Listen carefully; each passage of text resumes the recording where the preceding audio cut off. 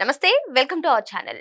ఈ వారంలో ముఖ్యాంశాలు ఆంధ్రప్రదేశ్కి చెందినటువంటి అమరావతి ఏకైక శాశ్వత రాజధానిగా చట్టబద్ధత కల్పిస్తూ అటు లోక్సభలో చూసినా ఇటు రాజ్యసభలో చూసినా బిల్లు ప్రతిపాదించారు. ఒక్క రాష్ట్రపతి గారి గెజిట్ మాత్రమే మిగిలింది. అయితే ఈ నేపథ్యంలోనే వైసీపీ వాళ్ళు కొన్ని ప్రశ్నల వర్షం కురిపిస్తున్నారు. ఫస్ట్ అందులో స్టార్ట్ అయింది శాసన మండలిలో ఎందుకు ఈ బిల్లును ప్రవేశపెట్టలేదు, అంతేకాకుండా అసలు రాజధానికి 2 లక్షల కోట్ల అవసరమా, ఇటువంటివి చూసుకున్నట్లయితే ఎన్నో ప్రశ్నలు వైసీపీ లేవనెత్తుతుంది. మరి ఆ ప్రశ్నలన్నిటికీ కూడా వివరాలు తెలుసుకుందాం. మనతో పాటుగా ఉన్నారు ప్రముఖ ఆర్థిక రాజకీయ సామాజిక విశ్లేషకులు కొత్త రవీంద్రబాబు గారు. నమస్తే సార్. నమస్తే సార్, ఈ week highlight of the week గా చెప్పుకునేటువంటి అంశం అమరావతి అంశం. మరి ఆంధ్రప్రదేశ్ కు ఏకైక శాశ్వత రాజధానిగా అమరావతి ఉండాలి అంటూ కూటమి నేతలు ప్రత్యేకంగా శాసనసభ ఏర్పరిచి మరి బిల్లును కేంద్రానికి పంపడం, అక్కడ లోక్సభలో రాజ్యసభలో బిల్ పాస్ అయింది, గెజిట్ మాత్రమే మిగిలి ఉంది. మరి ఇటువంటి నేపథ్యంలోనే మరి స్టార్టింగ్ నుంచి కూడా అసలు శాసన మండలి ఎందుకు ఏర్పాటు చేయలేదు, ప్రత్యేకంగా శాసనసభ ఏర్పాటు చేశారు, మరి శాసన మండలి ఎందుకు ఏర్పాటు చేయలేదు అనే క్వశ్చన్ రేస్ చేస్తుంది.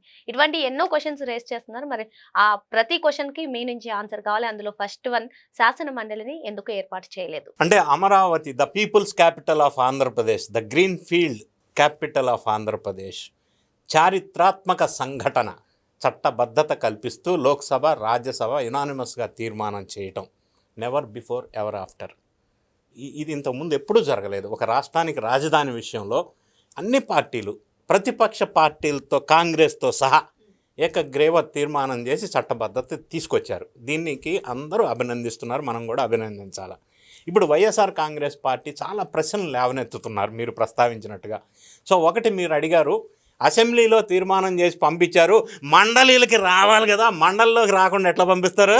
భలే లాజిక్ క్వశ్చన్ వేశారు. వాడికి స్క్రిప్ట్ ఇచ్చినాడు ఎవడో తెలియదు, కానీ వాడికి సబ్జెక్ట్ తెలుసో లేదో నాకు తెలియదు. కానీ ఇప్పుడు there is a difference between bill and resolution. ఇది అసెంబ్లీలో జరిగింది, స్వయాన ముఖ్యమంత్రి గారు ప్రవేశపెట్టిన తీర్మానం, రెజల్యూషన్ ఇంగ్లీష్లో. తీర్మానం ప్రవేశపెట్టిన తర్వాత అసెంబ్లీ యునానిమస్గా పాస్ అయిన తర్వాత అది డైరెక్ట్గా లోక్సభకి రాజ్యసభకి పంపించవచ్చు. ఎందుకంటే ఇది బిల్లు కాదు. ఆ రెజల్యూషన్కి మండలి అవసరం లేదు, మండలికి పంపించవలసిన అవసరం లేనే లేదు, రూల్ అవుట్. అయితే ఇక్కడ ఇంకొక క్వశ్చన్ మీలాంటి వాళ్ళ నుంచి రావచ్చు. ఏమంటే, గతంలో ఇదే జగన్ రెడ్డి గారు 3 రాజధానులని ఒక ప్రతిపాదన చేసి అసెంబ్లీలో బిల్లు పాస్ చేసి మండలికి వస్తే, మండలిలో అప్పుడు చైర్మన్గా ఉన్నటువంటి షరీఫ్ గారు దాన్ని సెలెక్ట్ కమిటీకి రిఫర్ చేశారు. ఒకటి, అప్పట్లోనే అది హైకోర్టు 2022లో అది తప్పు చేయకూడదని తీర్పిచ్చారు. అది ఒక పార్ట్. అయితే అప్పట్లో అది బిల్లు, ఇప్పుడు ఇది రిజల్యూషన్ తీర్మానం. కాబట్టి మండలికి రావాల్సిన అవసరం లేదు. వైఎస్ఆర్సీపీ చేస్తున్న కామెంట్స్లో నిజమే లేదు. ఒకటి, రిజల్యూషన్ వేరు, బిల్లు వేరు. మనకి ఒక ఆన్సర్ అయితే దొరికింది. దేశానికి మాత్రమే రాజధాని ఉండాలి, రాష్ట్రాలకు అవసరం లేదు అని చెప్పి జగన్మోహన్ రెడ్డి గారు ప్రెస్ మీట్ పెట్టి చెప్తున్నారు.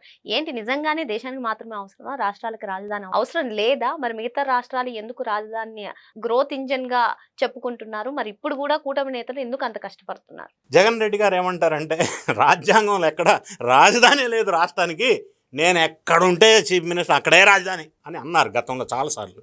ఇప్పుడు కూడా రాజ్యాంగంలో ఎక్కడా లేదు కదా అని ప్రస్తావిస్తున్నారు. మరి ఎక్కడా లేదు అని ఆయనే చెప్తున్నాడు. అయితే గతంలో 3 రాజధానులు అన్న బిల్లు ప్రతిపాదించి, మరి ఈయనెందుకు ఎక్కడా లేదు కదా రాజ్యాంగంలో, మరి దాన్ని 3 రాజధానుల కింద బిల్లు ఎందుకు పెట్టాలా, ఎందుకు అసెంబ్లీలో పెట్టాలా, మండలిలో పెట్టాలా? రాజ్యాంగంలో లేదని అంటున్నాడు కదా, మరి ఆయన 3 రాజధానుల బిల్లు పెట్టాడు కదా. ఒకటి, రాజ్యాంగంలో ఆర్టికల్ 7 ఏం చెప్తుందంటే, రాష్ట్రాలు రాజధానిని నిర్ణయించుకునే అధికారం, హక్కు ఉంటుంది. ఆర్టికల్ 3 రాజ్యాంగంలో ఏం చెప్తుందంటే, రాష్ట్రాలని విభజించవలసి వస్తే అది సెంట్రల్ గవర్నమెంట్ పరిధిలోని అంశం. రాష్ట్రాలని విభజించటం, రాష్ట్రాలకి సరిహద్దుల్ని డిసైడ్ చేయటం, ఫిక్స్ చేయటం ఆర్టికల్ 3లో రాజ్యాంగంలో ఉన్నటువంటి సెంట్రల్ గవర్నమెంట్ పవర్. ఒకటి. రెండోది, రాజ్యాంగంలో అన్ని రూల్స్ ఉంటాయి, కానీ కొన్ని సాంప్రదాయాలు, ప్రొసీజర్స్, పద్ధతుల ప్రకారం రాష్ట్రాలు దాన్ని ఫాలో అవుతుంటాయి. ప్రెసిడెన్స్ అంటే ఆ సాంప్రదాయ పద్ధతులు కొన్ని ఉంటాయి, రూల్ లేకపోయినా కూడా. అందులో భాగంగానే ప్రతి రాష్ట్రానికి రాజధాని లేకపోతే ఏమవుతుంది అంటే, ఇన్వెస్టర్స్కి ఒక కాన్ఫిడెన్స్ ఉండదు. ఇప్పుడు ఎక్కడ ఇన్వెస్ట్మెంట్ చేయాలి, నేను రాజధాని వైజాగ్, విజయవాడ, తిరుపతి, ఎందుకు చేయాలి, ఒక ఇన్వెస్టరు ఎందుకు ఇన్వెస్ట్మెంట్ చేయాలా, అక్కడ ఉండే ఫ్యూచర్ ప్లానింగ్ గ్రోత్ ఎట్లా ఉంటుంది, ఆ ఇన్వెస్ట్మెంట్కి రిటర్న్ ఎలా వస్తుంది, వీటన్నిటికీ ఒక భరోసా ఉండాలంటే వాళ్ళకు ఒక క్లారిటీ ఉండాలి. ఇప్పుడు ఇది రాజధాని అంటున్నారు, రేపు రాజధాని కాదు అంటే ఆ పెట్టిన ఇన్వెస్ట్మెంట్స్ వానికి లాస్ అయిపోతుంది కదా. సో ఇన్వెస్టర్స్కి ఒక భరోసా కోసం అక్కడ ఎంప్లాయీస్ ఈరోజు ఇక్కడ రాజధాని ఇక్కడ ఉండండి, నెక్స్ట్ ఇయర్ అక్కడ ఉండండి, ఇంకో సంవత్సరం అక్కడ ఉండండి అంటే వాళ్ళకి ఇన్స్టెబిలిటీ, ఇన్సెక్యూరిటీ ఫీలింగ్. సో ఇన్ని రకాల అంశాలతో పాటుగా ఒక రాజధాని అనంలోనే ఒక బిల్డింగు, 2 బిల్డింగులు, 3 బిల్డింగులు కాదు. గతంలో జగన్ రెడ్డి గారు ఏం చెప్పారు, 30,000 ఎకరాలకి తక్కువ కాకుండా చూడండి అన్నాడు. తర్వాత విజయవాడ గుంటూరు మధ్యలో పెట్టమన్నాడు, 500 ఎకరాలు సరిపోదు. తర్వాత నాగార్జున యూనివర్సిటీలో పెట్టమన్నాడు, తర్వాత 3 రాజధానులు అన్నాడు, ఇప్పుడు మచిలీపట్నం, విజయవాడ, గుంటూరు అన్నాడు. అంటే బేసిక్గా రాజధాని అంటే ఒక బిల్డింగు, 2 బిల్డింగులు, 3 బిల్డింగులు కాదు. అక్కడ ఇన్వెస్ట్మెంట్ పెడితే ఫ్యూచర్ భవిష్యత్తులో రకరకాల ఇన్వెస్ట్మెంట్స్ అక్కడికి రావాలి, ఉద్యోగ ఉపాధి అవకాశాలు పెరగాలి. ఇప్పుడు Amaravati self financing, self sustainable capital అంటే అక్కడ పెట్టిన పెట్టుబడుల ద్వారా అక్కడ రాజధాని సంపాదించుకుంటుంది. సపోజ్ భారీగా ఇన్వెస్ట్మెంట్స్ వచ్చి ఉద్యోగ ఉపాధి అవకాశాలు పెరిగితే కాస్ట్ పెరుగుతుంది, ఎక్కువ మంది అక్కడ నివసిస్తారు, దానివల్ల స్టేట్కి ట్యాక్స్ వస్తుంది. సో ఈ విధంగా జనరేట్ అవుతుంది ఇన్కమ్. అది ఆ విధంగా ఉండాలి రాజధాని. అంతే తప్ప ఒక బిల్డింగ్, 2 బిల్డింగ్లు ఎక్కడో సాటు పెడితే అది రాజధాని కాదు. అంటే ఇంజన్, గ్రోత్ ఇంజన్ ఉండాలి. అది ఫ్యూచరిస్టిక్గా ఆలోచనతో రాజధాని ఉండాలి. మరి మొత్తానికి దేశానికే రాజధాని కావాలి, రాష్ట్రానికి రాజధాని అవసరం లేదన్న దానికి సార్ ఆన్సర్ ఇచ్చారు. అదే విధంగా సెల్ఫ్ సస్టైనబుల్ ప్రాజెక్ట్ గురించి ఎవరైతే అనుమానాలు వ్యక్తం చేశారో దాని గురించి కూడా మనకి క్లారిఫికేషన్ వచ్చింది. నెక్స్ట్ అంశం సార్, మేము అమరావతికి వ్యతిరేకం కాదు కానీ బిల్లుకు వ్యతిరేకం. అసలు ఆ బిల్లులో ఏం పొందుపరిచారు, దానికి ఎందుకు వ్యతిరేకిస్తున్నారు వైసీపీ వాళ్ళు? ఇప్పుడు ప్రస్తుతం చట్టబద్ధత తీసుకొచ్చే bill Andhra Pradesh reorganisation act 2014 section 5 subsection 2లో 10 years హైదరాబాద్ కామన్ క్యాపిటల్, తర్వాత విభజించబడిన ఆంధ్రప్రదేశ్ రాజధానిని డిసైడ్ చేసుకుంటుంది అని పెట్టారు. అంటే at that point of time రాజధాని అమరావతికి 10 సంవత్సరాల తర్వాత పెట్టుకుంటారు, అప్పుడు క్లారిటీ లేదు. అయితే ఇప్పుడు ఏం చేశారంటే ఎట్ అమరావతి అని క్లారిటీ ఇచ్చారు అందులో. అది ఇప్పుడు చట్టం చేశారు, అంటే అమరావతి ఆంధ్రప్రదేశ్కి రాజధాని. వైఎస్ఆర్ కాంగ్రెస్ పార్టీ అమరావతికి వ్యతిరేకం కాదు, బిల్లుకు వ్యతిరేకం అంటారు. ఎందుకు అంటే వాళ్ళు అడిగేది ఏంటంటే ఈ బిల్లులో రాజధాని రేడియస్ ఇక్కడి నుంచి ఇక్కడ వరకు ఈ ప్రాంతం, ఈ ఏరియా పర్టికులర్గా రాజధాని అని స్పెసిఫిక్గా అక్కడ మ్యాప్ ఇచ్చి డిక్లేర్ చేసి కన్ఫర్మ్ చేయలేదు అని అంటారు. ఇది ఇందులో మనం ఒకసారి ఆలోచించినట్టయితే ఇప్పుడు ఈ రోజునే రాజధాని అమరావతి ఈ పర్టికులర్ ఏరియా డిస్టెన్స్ లోపే ఉంటుందని మ్యాప్ ద్వారా స్పెసిఫై చేస్తే ఫ్యూచర్లో బాగా ఎక్స్పాండ్ చేయవలసి వస్తే, ఎందుకంటే క్యాపిటల్స్ కానీ, నగరాలు కానీ, వరల్డ్ క్లాస్ సిటీస్ కానీ మనం ఊహించినంతగా భవిష్యత్తులో విపరీతంగా పెరిగిపోతాయి, ఎక్స్పాండ్ అవుతుంది. మరి అప్పుడు ఈ లిమిట్ చేసుకుంటే అప్పుడు ఫ్యూచర్లో ఇది ఒక అడ్డంకిగా తయారయ్యే అవకాశం ఉంది. గతంలో హైదరాబాద్లో పటాన్చెరు అంటే ఎక్కడో అవుట్స్కట్స్లో ఉండేది, ఇప్పుడు హైదరాబాద్ మున్సిపల్ కార్పొరేషన్లో భాగం. సిటీసు, నగరాలు, వరల్డ్ క్లాస్ సిటీస్ పెరుగుతున్నప్పుడు, ఎక్స్పాండ్ అవుతున్నప్పుడు ఇప్పుడు బిల్లులో ఇది ఇంతవరకే అని పెట్టలేదు. వీళ్ళు ఏం పెట్టారంటే సిఆర్డిఏ స్పెసిఫై చేసిన ఏరియా అన్నారు. అంటే ఏపీ సిఆర్డిఏ వాళ్ళు ఈరోజు ఏం స్పెసిఫై చేశారు, 1 year తర్వాత వాళ్ళు ఏం స్పెసిఫై చేస్తారు, అది రాజధాని. సో ఇది ఫ్యూచర్ భవిష్యత్తును దృష్టిలో పెట్టుకొని ఈ విధమైన సవరణ చేయడం జరిగింది. ఇంకొక పాయింట్ వాళ్ళు రైజ్ చేసేది ఏంటంటే బిల్లులో రైతులకు సంబంధించిన ఈ ప్లాట్స్ వాళ్ళకి ఇస్తామన్న బెనిఫిట్స్ వాటి గురించి ప్రస్తావన చేయలేదు అని అంటున్నారు. సో రైతులకు ఇస్తామన్న plots there is a bilateral agreement between farmers and APCRDA. ఆ అగ్రిమెంట్ ప్రకారంగా వీళ్ళకి ఇస్తామన్న ప్లాట్స్ 70,000 ప్లాట్స్లో అన్ని ప్లాట్స్ ఆల్రెడీ డిస్ట్రిబ్యూషన్ అయిపోయినాయి. ఇంకా కొద్దిగా మిగిలిన లీగల్ ఇంప్లికేషన్స్, కాంప్లికేషన్స్ ఉన్నాయి, అవి కూడా త్వరలో ఇష్యూ చేస్తారు. వాళ్ళకి డెవలప్మెంట్ చేసి ఇస్తామన్న అగ్రిమెంట్ ప్రకారంగా సిఆర్డీఏ ద్వారా ఏపీ స్టేట్ గవర్నమెంట్ డెవలప్మెంట్ చేసి ఇస్తుంది. దానికి సంబంధించిన అంశం బిల్లులో పెట్టవలసిన అవసరం లేదు. ఎందుకు పెట్టాలి? అందులో ఇది already mutual agreement between ఏపీసీఆర్డీ and farmers, అది ఇంప్లిమెంట్ చేస్తారు, బిల్లులో పెట్టాల్సిన అవసరం లేదు. Okay sir, okay. మరి మొత్తానికి బిల్లుపై వ్యతిరేకం అంటున్నారు, మరి ఆ బిల్లులో అంశాలు ఏంటి, దానిపైన మనకైతే క్లారిటీ వచ్చేసింది. ఇంకొకటి సార్, అమరావతి కట్టాలంటే 2 లక్షల కోట్ల రూపాయలు ఖర్చు అవుతుంది, అంటే ఎన్నేళ్ళు పడుతుంది, అంటే అమరావతి రాజధాని ఏపీకి ఎన్ని సంవత్సరాల తర్వాత వస్తుంది అనే క్వశ్చన్స్ రేస్ చేస్తున్నారు. నిజంగానే అమరావతికి అంత ఖర్చు పెడుతున్నారా? మరి బడ్జెట్లో చూసుకున్నట్లయితే అంత అమౌంట్ కనిపించట్లేదు. మరి సెల్ఫ్ సస్టైనబుల్ ప్రాజెక్ట్ అంటున్నారు, మరి ఏమన్నా బడ్జెట్ అలకేట్ చేస్తారా ఏంటి, క్లారిటీ? సో ఇప్పుడు ఏదైనా గ్రీన్ ఫీల్డ్ క్యాపిటల్ లేదా గ్రీన్ ఫీల్డ్ సిటీ కట్టేటప్పుడు ఒకేసారి లేదా ఒకే సంవత్సరం లేదా 2 సంవత్సరాల్లో టోటల్గా అది కంప్లీట్ అయ్యి రెడీ అవటం అనేది సాధ్యం కాదు. అది భారీ ఎత్తున మాస్టర్ ప్లాన్ ప్రకారం phased wise movement, development, construction అవుతూ ఉంటుంది ఎక్కడైనా, anywhere it will happen like this only. So ఇప్పుడు ప్రస్తుతం at present Amaravati the greenfield ప్రాజెక్ట్లో 56,000 కోట్ల వర్క్స్ జరుగుతున్నాయి. సో ఇవన్నీ జరగటం వల్ల first phase of capital, basic requirement ఏంటి, quarters, employees accommodations, assembly, secretariat, high court, ఈ ఇతర మిగతా అంశాలు, బేసిక్ రిక్వైర్మెంట్ గవర్నమెంట్ ఆఫీసెస్ అన్నీ కూడా ఫస్ట్ ఫేజ్లో నిర్మాణాలు జరుగుతుంది. దీనికి కూడా ఒక టార్గెట్ పెట్టుకున్నారు, 2028 కల్లా ఆగస్టుకి కంప్లీట్ చేయాలని. సో ఈ బేసిక్ ఇన్ఫ్రాస్ట్రక్చర్ కంప్లీట్ అయిపోయిన తర్వాత ఇక్కడ ప్రజలు నివసించటం స్టార్ట్ అయితే, ఇన్వెస్టర్స్ వస్తే, ఇన్వెస్ట్మెంట్స్ వస్తే, ఎడ్యుకేషనల్ ఇన్స్టిట్యూషన్స్ వస్తే, జన సాంద్రత పెరిగితే అప్పుడు ట్యాక్స్ రూపంలో ప్రభుత్వానికి ఇన్కమ్ జనరేట్ అవ్వటం మొదలవుతుంది. సో సంపద సృష్టి జరుగుతుంది. దానివల్ల రాష్ట్రానికి ఆదాయం మొదలవుతుంది. దీన్ని self financing, self sustainable formula అంటారు. సో ఆ విధంగా చూసినప్పుడు ఇప్పుడు పెట్టిన పెట్టుబడి రాజధాని దానంతటా అదే తిరిగి మళ్ళీ సంపాదించుకోవడానికి స్కోప్ ఉంటుంది. అంతే తప్ప ఒక బిల్డింగ్ 2 బిల్డింగ్లు కట్టి అది రాజధాని అంటే అది కాదు ఆలోచన. అంటే మరి కూటమి ప్రభుత్వం అధికారంలోకి వచ్చినప్పటి నుంచి కూడా మేము ఆర్థిక సంక్షోభాన్ని ఎదుర్కొంటున్నాం. వైసీపీ గత 25 ఏళ్ళు వెనక్కి తోసేసింది, 30 ఏళ్ళు వెనక్కి తోసేసింది అన్నప్పుడు మరి రాజధానికి ఇన్ని కోట్లు ఎలా ఖర్చు పెడుతున్నారు? ఇప్పుడు సెంట్రల్ గవర్నమెంట్ 11,000 కోట్లు, ఆసియన్ డెవలప్మెంట్ బ్యాంక్ 12,000 కోట్లు, వరల్డ్ బ్యాంక్ 15,000 కోట్లు, ఇవి రుణాల రూపంలో తీసుకున్నారు ప్రస్తుతం.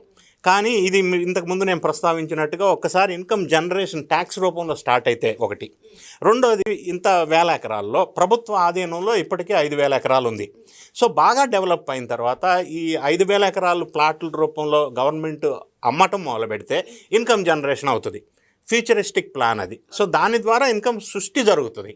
అప్పుడు సెల్ఫ్ సస్టైనబుల్ క్యాపిటల్గా ఇది రూపుదిద్దుకుంటూ ఉంటుంది. ఇప్పుడు సెంట్రల్లో ఉంది, అమరావతిని రాజధానిగా ప్రకటించాము, దానికి చట్టబద్ధత తెచ్చాము అని చెప్పి పండుగ చేసుకుంటున్నారు సార్. కానీ ఇంకో పక్క చూసుకున్నట్లయితే ఎట్ ది సేమ్ టైం వైజాగ్ను కూడా అదే విధంగా డెవలప్ చేస్తున్నారు, ఐటీ హబ్గా మారుస్తున్నారు. ఇటు కర్నూలు, రాయలసీమ వంటి ప్రాంతాలను కూడా పరిశ్రమల పరంగా కానివ్వండి, లేదంటే హైకోర్టు బెంచ్ను అక్కడికి తీసుకురావడం కానివ్వండి.